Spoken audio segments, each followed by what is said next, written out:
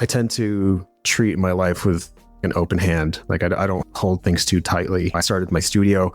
Whatever happens, happens. I have goals, sure, but whatever happens, happens. Because I follow opportunity and I follow whatever kind of makes sense in the moment. I have my principles that guide me and I stick to. And those are the things that I'm not going to compromise on. But it doesn't mean that I'm not open to just seeing where life takes me. These principles and these things are not going to change because they are truest to who I am. And the more I live, the more truly I live in light of myself, and the things that drive me and the motivations and the desires that I have are becoming more clear, right? Hello and welcome to Creativity for Sale podcast, a show to help you start and grow your life-changing creative career and business. My name is Rony Mikhael and creativity changed my life. You see, I believe creativity can change your life too. I even wrote a book about it and it inspired this podcast. I've set out to interview the world's most brilliant creatives, designers, writers, musicians, makers and marketeers about their life-changing experiences with creativity. If you ever wanted to know how people go from their humble beginnings to the pinnacle of their success, our conversation should provide you with an intimate look into triumphs, challenges and untold stories behind their creative endeavors. We also discuss the highs and lows of creative careers and creative life. So, thank you for joining me on this exploration of passion, creativity, innovation and the boundless potential within us all. Let creativity change your life. Are you ready? My guest today is a multifaceted entrepreneur and creative force. From his roots in music to founding multiple companies, his journey has been driven by curiosity and pragmatic optimism. Now as a principal and creative director of Studio Mind, he brings his wealth of experience to the world of branding and design. Let's explore the mind of this self-described deep thinker and his unique approach to life and business. It's my pleasure to introduce Rony Mikhael. Rony, it's my great pleasure to have you on the show. How are you doing? I'm doing great. How are you, man? I'm excited. I'm glad that we can have this conversation actually recorded because you and I met at the RGD festival. And it was one of those conversations that quickly led away from design onto everything regarding life, music. And I always say you can't go anywhere far in the world without, if you got passion for music, you always find friends. You know, I think that's my sort of first thing. But before we start, for those who have never heard of you, would you introduce yourself, please? Yeah, for sure. My name is Rony Mikhael or Mikhael, depending on how you want to say my last name. I don't really care. I am a creative director, designer based out of Hamilton in Canada, just outside Toronto. And what sort of work do you do with your studio? Primarily brand identity, design, brand strategy as well. And yeah, I've been running the studio for a few years now, previously at different agencies before that. And yeah, I was trained as a designer, came up through the ranks, as you say. And I started running my own thing because my wife wanted to go back to school and go back to work after we had kids. And so she wanted to pursue her dreams. And so I left the cushy job and did this so I could essentially be a primary caregiver while she did all that stuff. So here we are now. Nothing scary at all. Why would you leave security and do something insecure? Because I think that's one of the things that you and I have in common, because I think we've only met in person once, but we've had lots of follow-up conversations because we have a lot in common. And I think the first point is that just like myself, you are an alien, essentially. Is that right? In so many ways, an alien. I immigrated here with my parents when I was 15, so I'm definitely not from here. And I was raised in Kuwait, which also I was not from there. My parents were not from there either. So people call it being a third culture kid. It's funny to find there's actually a term for this thing where you're essentially raised outside of the culture of your own birth country or place and your parents as well. So my parents are Egyptian, but they moved to Kuwait for good opportunity, etc. And yeah, and I was born in the States. So it's just a big jumble of things. But yeah, so I've always felt outside. I've never really been of my own place. So I just make home wherever it makes sense. Where do we even start on this story? I could choose what I was going to do because I moved to the UK when I was 21, but you obviously, you followed your parents. If you don't have really a say when you're 15, where you're going to emigrate or immigrate. So born in the States, Kuwait, then Canada. Did you guys move straight to Ontario or how did it happen? I'm quite curious about it because I think what's really important for me is that you didn't have a say where you were going to go unless you did. No, definitely didn't. My dad had a dream. He literally had a dream. And he was like, we're going to Canada. The whole reason I was born in the States was so that we could get into the States. So I'd be like an American and I would be able to, they're like, one day you will bring us to America. It was like the idea. And we didn't end up doing that. We ended up coming to Canada. And yeah, we ended up in Toronto for a little bit. So in Ontario here. And then we moved to a little town outside of Toronto. And yeah, it was a few years of just hating it. Honestly, I came to this country and Kuwait is really affluent. They got a lot of money, which means the technology is good. The cars are great. The fashion it's European. And we would go to UK a lot with my family. We'd visit because my dad had lived for almost a decade in London and my brother lived in London. And so we had very much a tie to the UK. And so we'd go there a lot. And that's all I knew was that side of the world. And so coming to Canada, it's like, is this country poor? Which is stupid. But at the same time, it was like I was looking at my Nokia phone was way more advanced than these people's Nokia phones. And I never heard of a Honda Civic before. Like we just the cars that we had were just so bougie and cooler compared to what I had seen here as like your everyday standard, right? So there was a bit of a culture shock in the weirdest way possible because I spoke English my whole life. So that wasn't a thing. We had Western TV, so that wasn't a thing. But it was really more just like mindset and attitude and lifestyle. You know, you come from hot country, you have a really different lifestyle than a cold country. So that alone will affect everything. Yeah, I think that must have been quite a shock. So I'm fascinated. So your dad had a dream. You still haven't told me what that dream was. I'm not sure what the dream was. It was God says go to Canada. It was like that was as basic as it was, as I never asked for details. I was like, I don't care for this dream. Especially when you're 15, like such a sort of combustive elements of like hormones and wanting and longing and that kind of stuff. And obviously, like you obviously need to rebuild your life again, which is I found fascinating. And I was going to say it seemed potentially quite easy to do, but it's not. Like to rebuild your social circle, it takes a long time. But when was the breakthrough? When did you wake up and go, I'm all right, we're happy in Canada? Yeah, it was a few years ago. So I'd say like early 30s or late 20s kind of thing. I'm only 36, 37 this year. And it was a few years ago. I remember specifically, I was on the highway, I was driving past this huge Canada flag. And I was kind of like, yeah, I think I'm all right. I think I'm content. This is home now. I've got my wife who I love and a family here and a home here. And especially when I moved to Hamilton, I felt very much at home, which I had actually never felt at home living here until I moved to Hamilton. It very much has a just down to earth kind of vibe. And some other people will have different words to describe it than down to earth. But it definitely resonates with me and my upbringing and just like the scrappiness of the people here, the strange optimism of a bunch of the people here who've moved here. And yeah, it's a great city. And so I only recently felt like I'm at home, which is odd, to be honest. I thought you might say 4 or 5 years, but I wouldn't expect you to say nearly 20 years. But I think that's a great testament to who you are and what you do. And to take that long time, it's perplexing. Like it's admirable and perplexing at the same time because you could have left at 20 years old. You could have gone to America. You could have done other things. But was it the ties with your parents, or did you feel like obliged to stay, or did you feel it's going to get better, or was it because you met your wife? Why? I'm curious. Yeah, I haven't reflected on this from this perspective, but I have been reflecting on this thought that I tend to treat my life with an open hand. Like I don't hold things too tightly. I started my studio. Whatever happens, happens. I have goals, sure, but whatever happens, happens. Because I follow opportunity and I follow whatever kind of makes sense in the moment. I have my principles that guide me and I stick to. And those are the things that I'm not going to compromise on.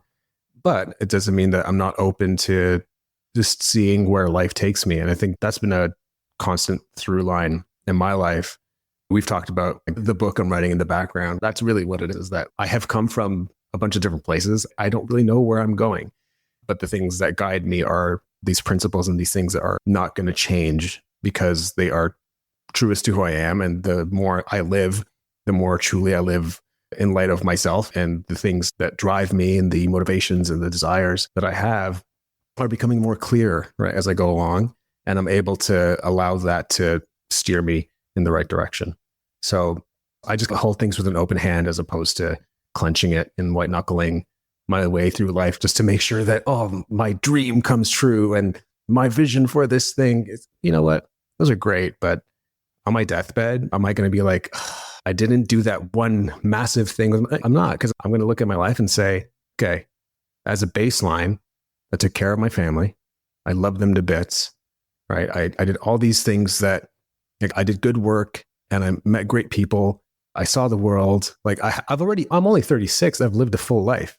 I feel like I'm retired, right? And so at this point, that's why I'm always trying to make decisions from my deathbed as opposed to decisions based on the next thing that I want to accomplish, this next big audacious goal, etc.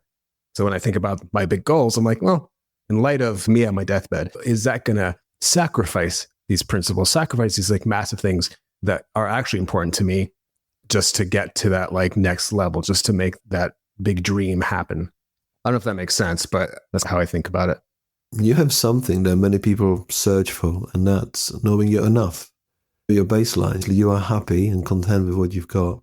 And it sounds like you're at a crossroads. Like, obviously, there's crossroads to wherever you go to next, even though you don't know where you're heading next. In the words of David Bowie, I don't know where I'm going, but I promise it won't be boring. And I think to have it so thought out at, I would say young age, but it's that journey of discovery. And obviously, like we talked about, potential topic for this conversation is adaptability. Like, obviously, you find yourself without a support network, and you had your parents with you, and obviously, but you were rebuilding again. It reminds me, there was a similar person in that respect. It's Simon Sinek talks about how he was a traveling child, and he always had to make do and build his own resilience and build his own sort of network around him. And when you look out, sometimes you're like, oh, I wish he was more like people like us had more of a sort of stable background. But on the other hand, the world offers you that option. And who do you want to be? Do you want to be at 36 next door to someone living in Hamilton going, I wish I have done something with my life, or shit, this was scary, but I've given all of this a try. So I remember we chatted pretty quickly about music because I'm a big fan of Canadian music, and I always hold it up. Like, I know a band called I Mother Earth, which I've been fan of since 1997. That's my claim to fame. And you ever meet Canadians, they go, great, dude, great, you're one of us. And the other goes, oh, I'm really sorry for you. But I know that you got into bands fairly quickly after arriving in Canada. And I really want to know how you started building that social group and the band and those sort of pursuits. You've alluded to it. Music is such an equalizer. And coming to Canada, I had nothing. And I was a musician kind of my whole life. I got my first guitar when I was 4. So I'd been playing for a long time. And when I got to meet people, it was essentially like me playing guitar before and after school. Just I'd bring my guitar and I'd be in the common areas, and I would just be playing songs, and everybody would come up to me. Not all at once, but you had the jocks would come up and be like, can you play this song? And I'm like, yeah, I can play that song. And I had like just different groups of people, like different demographics completely coming up to me and asking me to play like anything from like a show's theme song to whatever, Oasis, which everyone played. And I could just be this chameleon and be with people who are from different backgrounds, who listen to different kinds of music. But that goes back to what I was doing before that, which we talked about this before. Like we both were DJing at one point in our lives. So I've got different phases of music where I was like really heavy into hip hop, really heavy into rap, really heavy into metal, really heavy into electronica. And like now I just listen to everything, right? Like my gym playlist is all over the place because of that.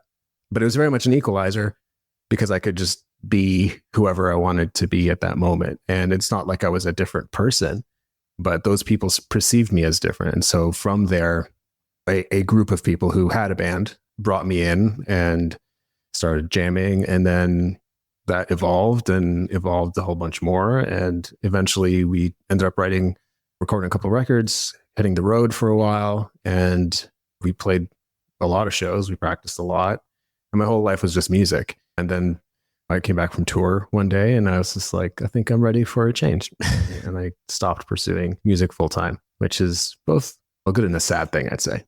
Do you ever feel when you come to that crossroads of your life that you're like, maybe I should have stuck with it for a bit longer? What was your decision? Was it the travel? Was it the people in a band? Because, for example, I finished the bands because I couldn't get on with the people anymore. I was just too much of a scatty brain. I just wanted to explore things. And I think quite famously, one of my friends from in a different band said, like, you know what? We were in this death metal genre or death metal scene. It was all like extreme. And it was almost like those people were like a cage in their mind and they're thinking like, no, we can't have any sort of type of influence. You can't be a crossover. You can't do this. Like people were narrow-minded and really angry. I'm like, oh, this is it. And the guy said, well, I can't just eat cherries all my life. I want to try something different. Like, why would I just do this? And I was like, through DJing, discovering everything that was good, mid-90s. I was a DJ, teenage DJ in mid-90s. Can you imagine? It's the most amazing thing. I did enjoy making music with my friends because making that something new that makes you feel something straight away, vibrates your body. I think despite some of my memories, like making music was one of my most satisfying creative pursuits because you can't replace that feeling. If someone's never been in a band, how would you describe it? Like, it's just incredible feeling. Yeah, because you're working with little. If I'm making a collage, right, it's like I have actual materials. I have a magazine, I've got like scissors and paste. And with music, you're just like, here's the thing. And there, I made a sound with it. I made a sound with the thing. And it basically, sound did not exist. And so you are creating something like ex nihilo. It's out of nothing. You've just made a thing. And I think that's what's magical about music. But to answer your question, was it the guys in the band? Like what pushed me out of doing that? I would actually say, just to their credit, that when I was in a band, and it's funny that I'm in branding because identity is so key because I've had to, again, like chameleon my way around life a little bit. And so I think about identity at a really fundamental level. And I remember for the longest time, I'd be like, oh man, we got to listen to like hardcore music because we were like a post-hardcore band. So I'm going to listen to this kind of music. And I remember we would have, after our shows, we'd quite often have a party at our band house, one of our bandmates. We would all just hang out there. And I remember him putting on Tribe Called Quest for the first time. And I was like, man, this is really good. And the vibe is awesome. And I'm like, are we allowed to do this? We're a post-hardcore band. Are we allowed to play rap or hip hop? So that I would give to their credit. And they were very well-rounded individuals, very much respected all genres of music. It makes sense that I fell into that group. But what brought me out of it was I wanted a different kind of pace of life. I didn't want to be lugging gears all over the place and playing shows all the time, which I totally miss it because I do have a high being on stage. I'm just a different person. You can imagine me running around with my guitar, just moving all the time and screaming into the microphone. And so there's an energy to it that I definitely miss. And certainly writing music, again, is this kind of like magical experience, which I'm getting back into. Actually, I've been recording some music as of late. So it's been great to get back into it and just extend my creativity in a different way than I have been. Because my whole life is supposed to be creative, right? Like I got into design because of music. I was the one who was making all the t-shirts and the CD art and flyers and posters. I've explored all these different avenues and now coming back to center and coming back to one of my first loves, which was music. It's actually been really neat rediscovering it. I have to link back to something that you said about being in the corner with your guitar and people coming back to you. So can you play this? Can you play that? I remember when I moved to the UK and I had time to practice. I was like teaching my sort of jazz skills. So I was learning how to play literally Ronnie Jordan, which is like a jazz guitarist, and playing Miles Davis, So What and stuff. And you just imagine being at a party at 3 o'clock in the morning and just like, I brought a guitar. I start ripping like some jazz chords and like shredding. You're like, who's that guy? What's going on here? Oh no. And then someone shows up from the crowd like, no, you don't play like that. You play like this. And you just start exploring like sevens and nines and fifth stuff. You're like, all right, I think we got friends here. With the music, it's always that glue that it's almost like a sort of universal language. And it's incredible how many sort of death metal fans I've ever found in any corner of the world.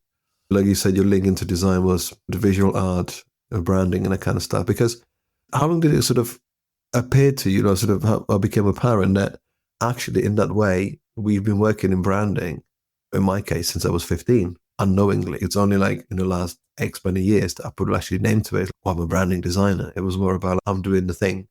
Because the tribalism of music and the way the art's done, and obviously like how we puts things in a different pigeonholes. There's a style of art for really hardcore music and really sort of grind music. I never thought about it. Like it's so ingrained because every band wants to sound different. Everyone wants to have different lyrics. Whereas when we come to the world of brands, people go, yeah, we'll borrow a bit of this and a bit borrow of that because, that's a tried and tested. So your road from music into branding and design and creativity, How did that go?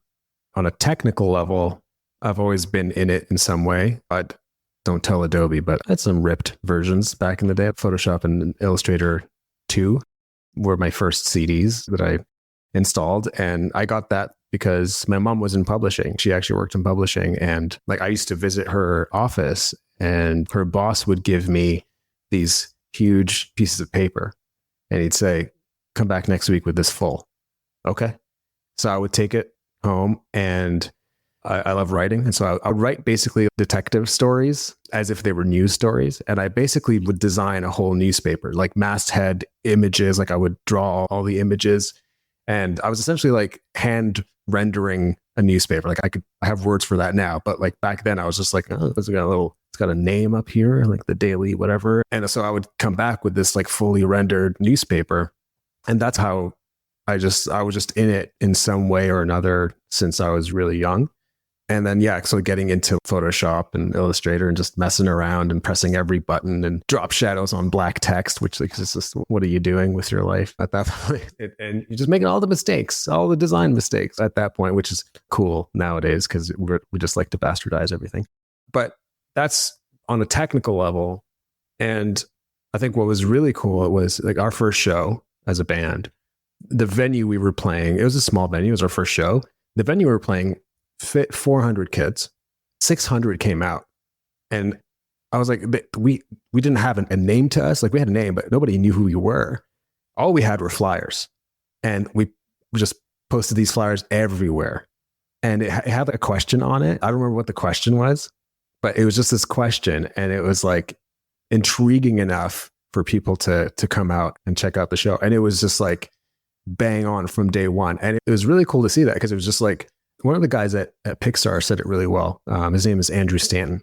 He said, it's the absence of information that draws us in. I remember him speaking at like a TED Talk or something, and he said that, and it really stuck with me because that's what it was. We didn't give people like a summary of like who we were as a band or like what kind of music we were or what you could expect from no, it was nothing. It was just a question.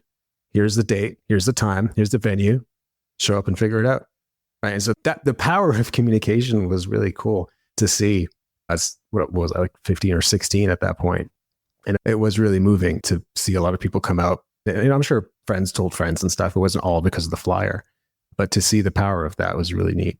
And and from there, it was just continuing to grow and trying new things. And I remember getting ridiculed at a shop here when we were trying to get our CDs pressed for the first time. And they're ripping into me because it wasn't 300 DPI. It was not CMYK. It wasn't this and that. And I was like, okay. 300 deep. I'm writing it down. I'm sorry. The design gods are upset with me.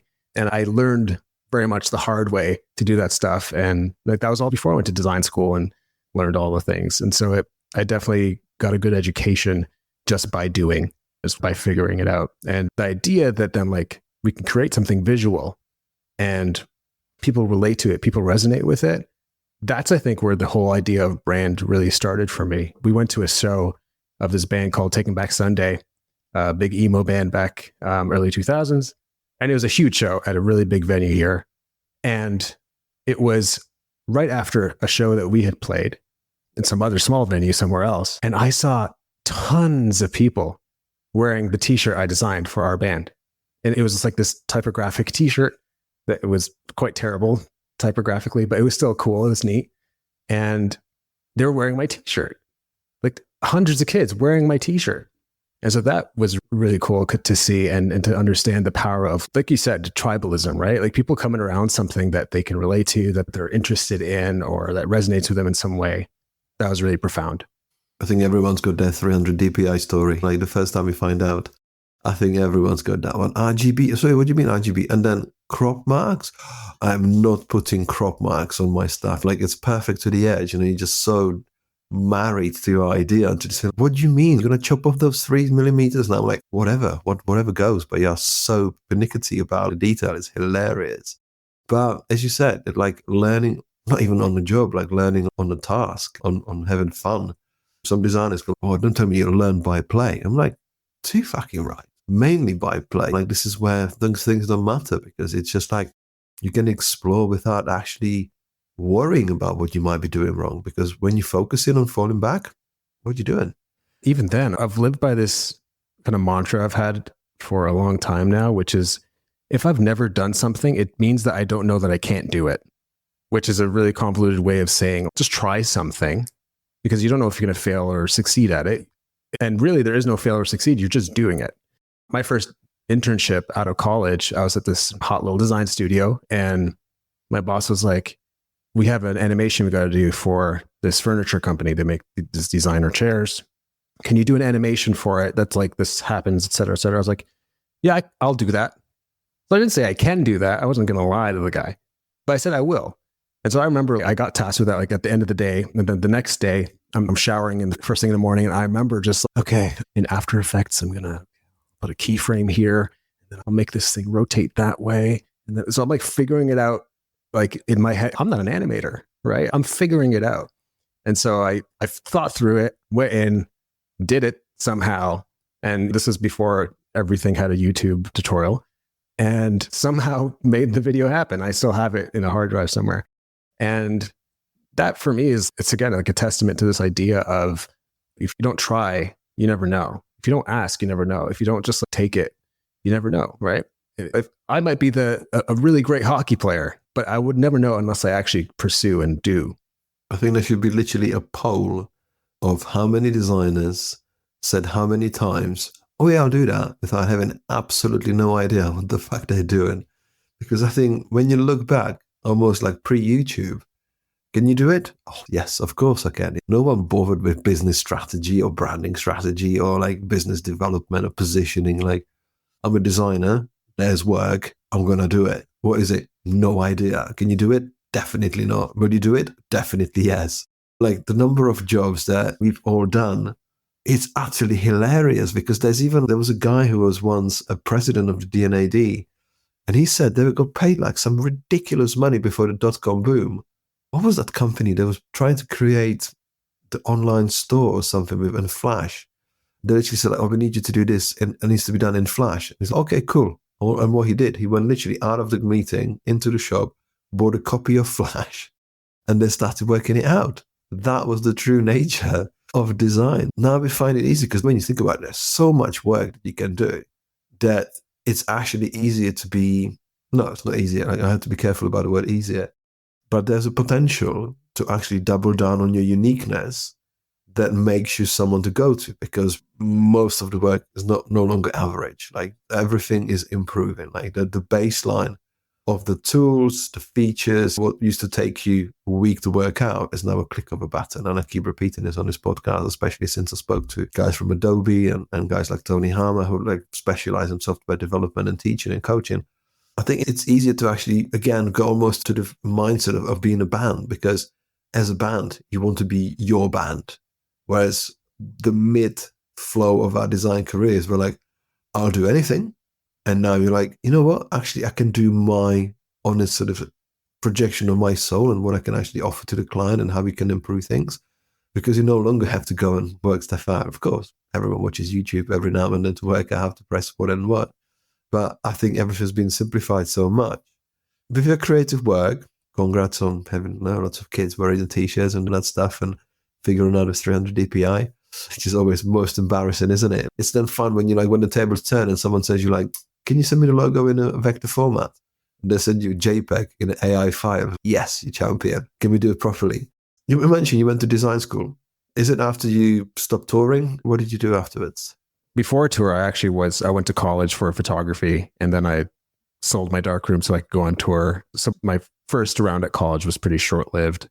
And then after I came back, I was like, okay, maybe I'll try this again. And funny enough, didn't know what I was going to go to school for, but I was like, I'm just going to go to school for something. And I got one of those like college catalogs that they used to have back in the day. I don't know if they still have them in print. Basically was like, here's a menu of all the courses we offer at this college kind of thing. And I didn't know what to do. And I was like, what's PR? That sounds interesting. We all do PR. And my parents were like, PR? You and PR? And I was like, I actually don't know what it is. It just sounds cool. They're like, no, you're not a PR guy. I was like, okay. Like, why don't you do graphic design? And I was like, what's graphic design? And they're like you've been doing it your whole life, basically. Look at graphic design and maybe that's something. And I got in just from my interview like that. He was like, "You're in." And it was the first time ever in my life that I was an honor student, like the whole way through. My teachers would always say, like, he's a smart kid. He's just got to apply himself. And I realized when I went to college, I was like, it's not that I got to apply. I just have to be interested in the subject matter, really. And so that was the first time I really worked hard because I actually cared. And I barely slept. And it was like, I did an accelerated version of the program, which went through the summer. And it was just like 3 years back to back. And it was a great experience. And I wrecked myself physically. It was like very demanding. And I went above and beyond quite a bit, but it was really a formative experience because it taught me to channel that energy into working hard on something that I'm actually passionate about. And it showed me that I was actually passionate about something that was commercially viable, that I could actually make a living off of. So that was really key. As a student, and students are not always renowned for actually being accountable, delivering, wrecking themselves for the right reason. What was the drive? Was it because you were actually enjoying what you were doing? Was there a particular type of work that you were enjoying? Or it's sometimes quite hard to pinpoint why we would wreck ourselves. Obviously, in your later life, obviously that it goes with insecurities and ego and ambition. Obviously, you go hard. But to hear someone about another student years, especially as a design student, it's almost rare because you see 1 in 100 who stays for another year just to excel in what they want to do, because the others were like, I suppose we're done now. I need to have fun. I need to offset things, because I'm a big believer in zooming in and giving it all, because you want to, it's like mastering your guitar. Like it's like mastering that instrument. It's like mastering your subject. Like you want to put in the work so you don't have to look down your neck on your guitar going, there's an A somewhere. Maybe that's a C. That's what I'm thinking. So what was your drive? Because I'm fascinated. I was really interested in it. I think that was the biggest thing for me, is that I was truly curious about it.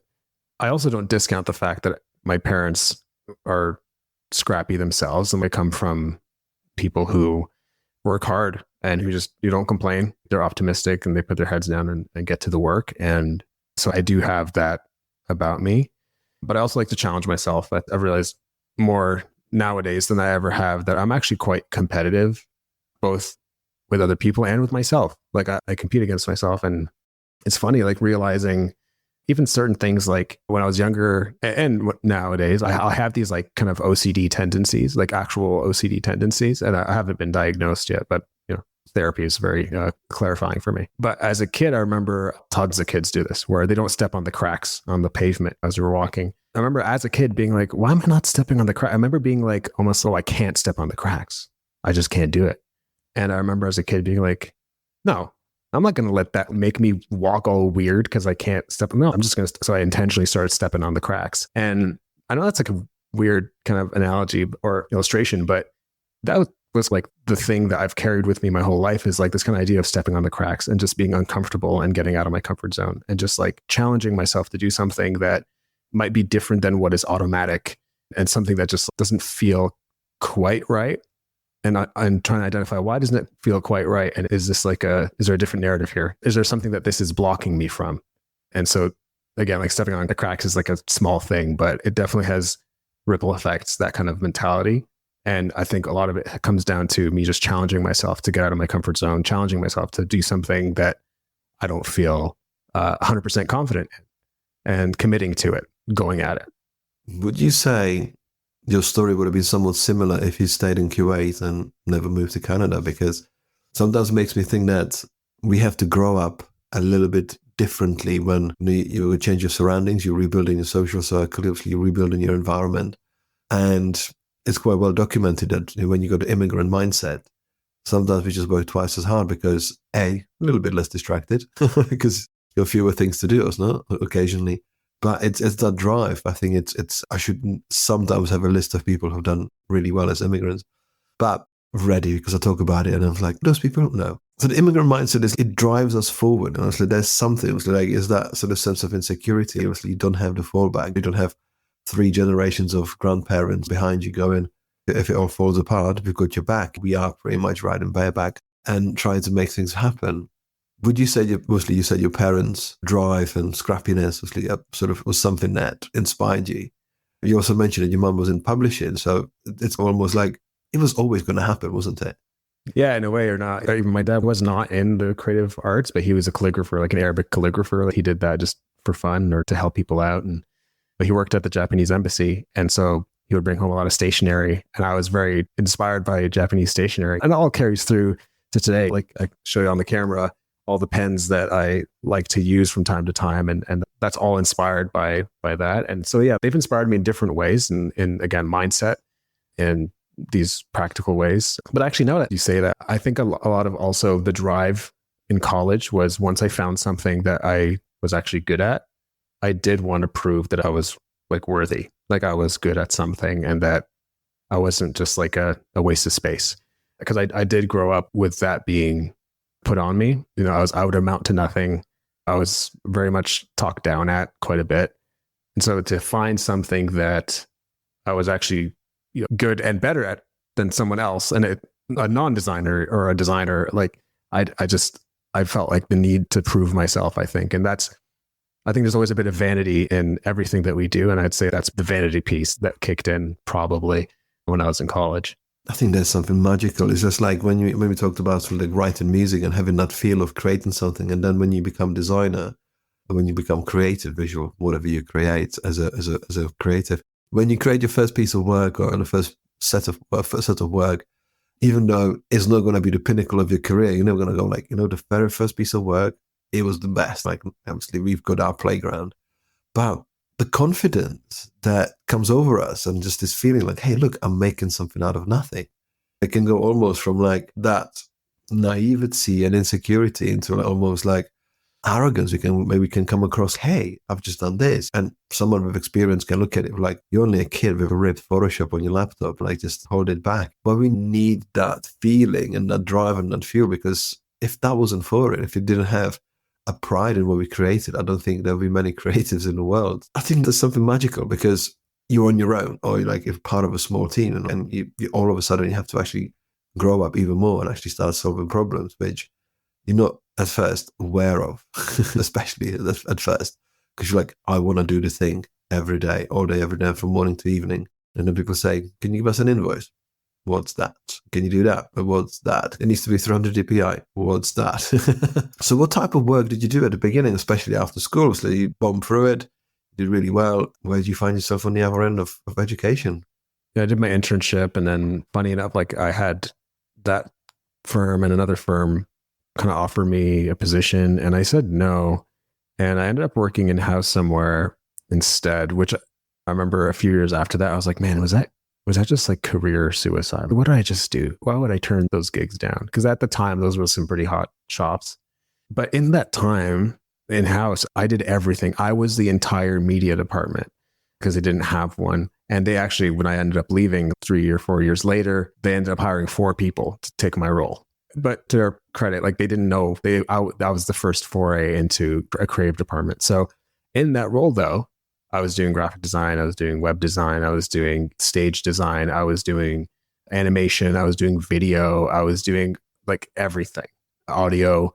So it gave me such a more robust vocabulary in the creative space.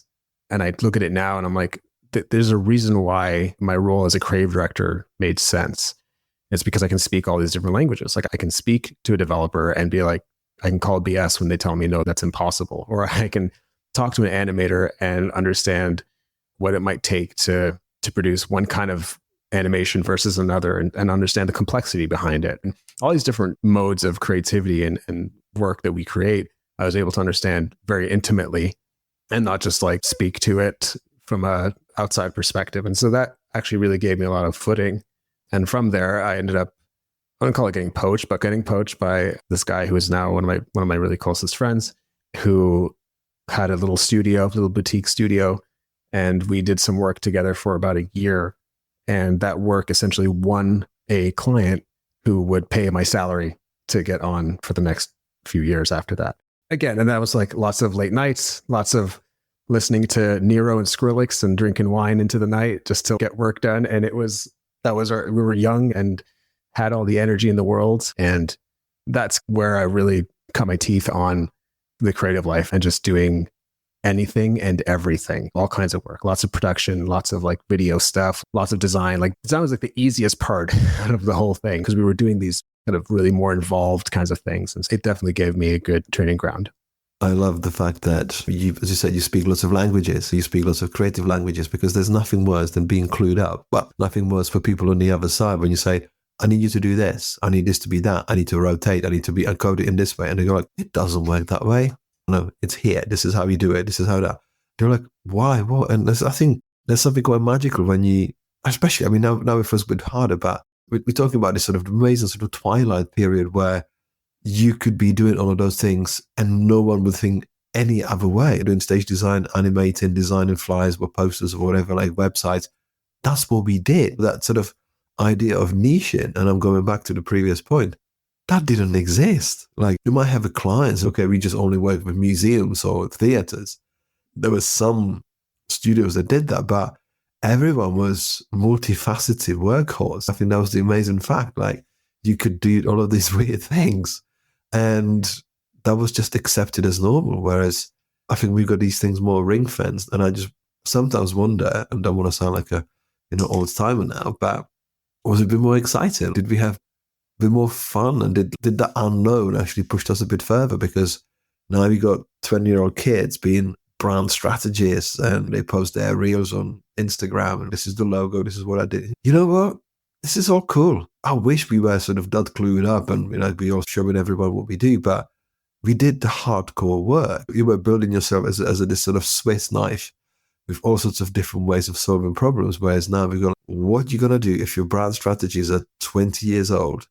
Where are you going next? Because I feel like our weird period, I think, helped us to really grow up to be, quite fun. 100%. So I do a ton of brand strategy work, and it's all informed by years of doing it in different ways and with different kinds of people, and like it being ingrained as part of a greater kind of whole, a bigger picture of execution that we're going to design or we're going to produce or whatever.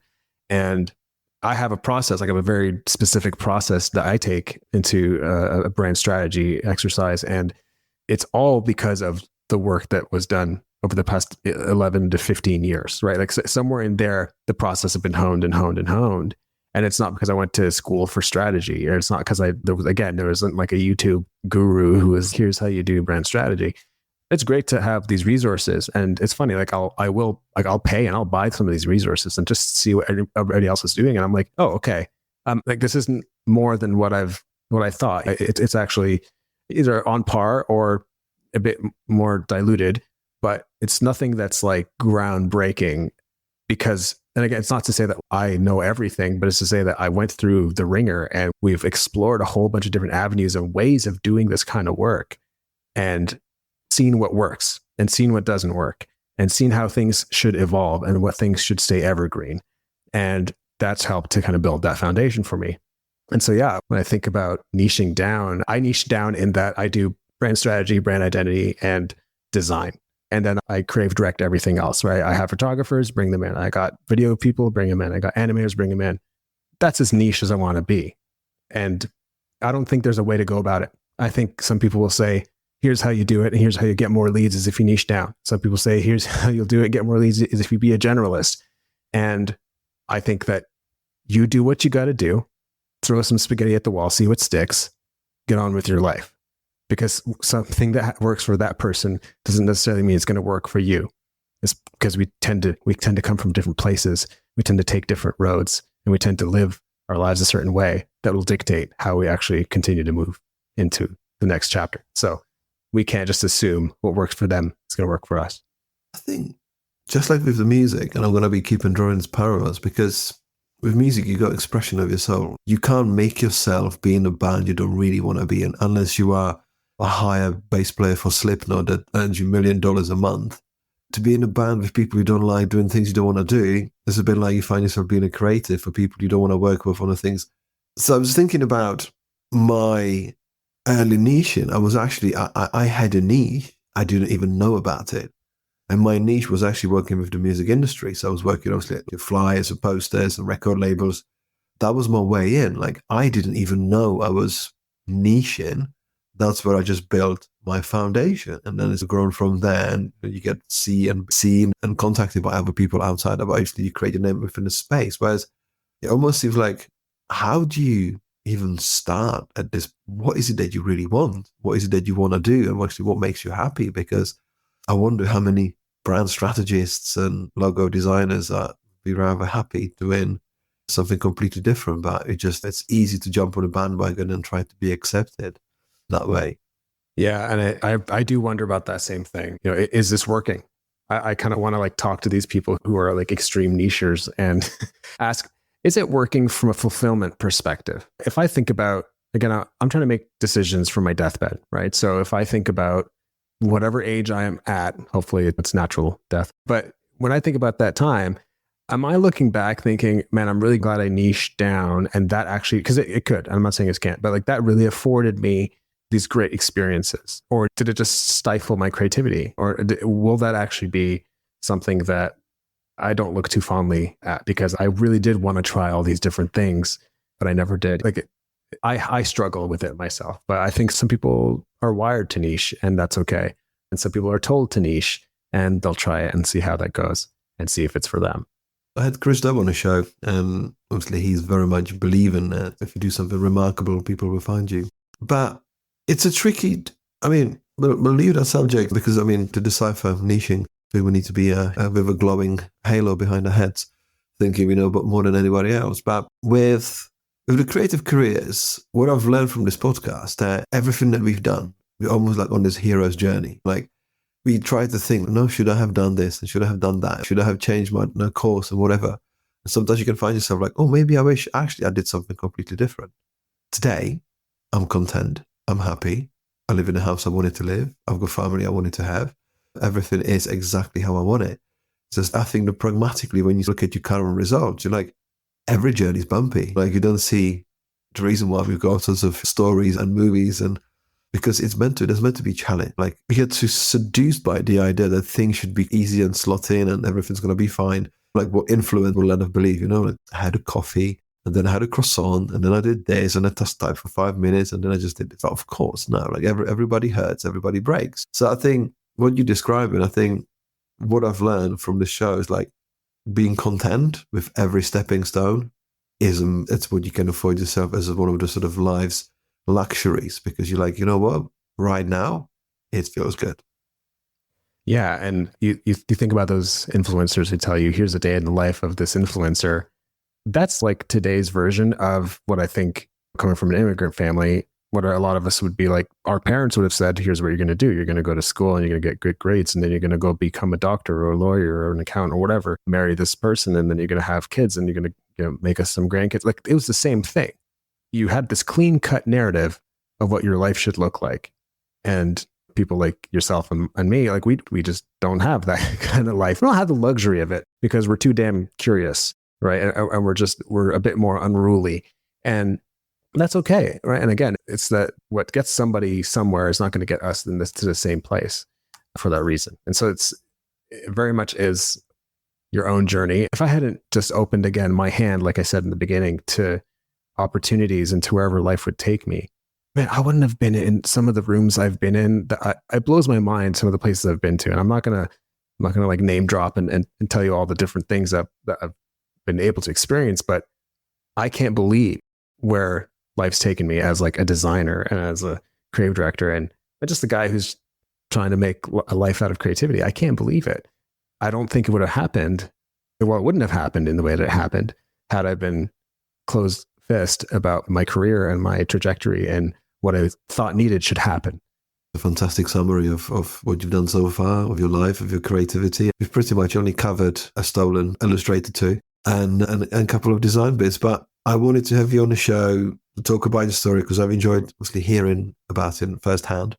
And I wanted to have this on record because I've done many talks in various places and there's questions about like, how do you go around or how do you go about the fact that honestly you're an alien in a different country trying to make a career? Because I'm just as lucky that I've got this sort of strange name, but I kind of blend in with the environment. It's like sometimes there's adversity and that kind of stuff, and it can take a lot to actually rebuild your career in another place, and obviously or your life. And obviously the way you describe the way things happen, it's head down, knuckle it down, do the work, enjoy it, explore it, and be in a place 20 odd years later going, you know what, it's making sense, let's see what happens next. So Thanks very much for coming on the show. Yeah, it's been really fun. And yeah, I'm excited to see what happens next. Hey, maybe I'll be a bassist in Slipknot making millions of dollars a month. That would be great. Yes. When that happens, let's have you on the show again.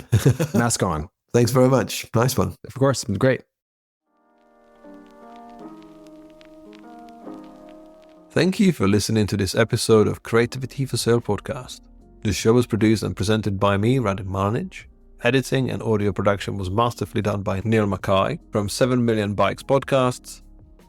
Theme music was written and produced by Robert Summerfield. If you enjoyed this episode and would like to support the podcast, please subscribe and leave a rating or review. To get your own action plan on how to start and grow a life-changing creative business, you can get a copy of Creativity for Sale book via the links in show notes. As always, keep those creative fires burning, and until next time, I'm Rony Mikhael, your guide through this exploration of passion, creativity, innovation, and the boundless potential within us all.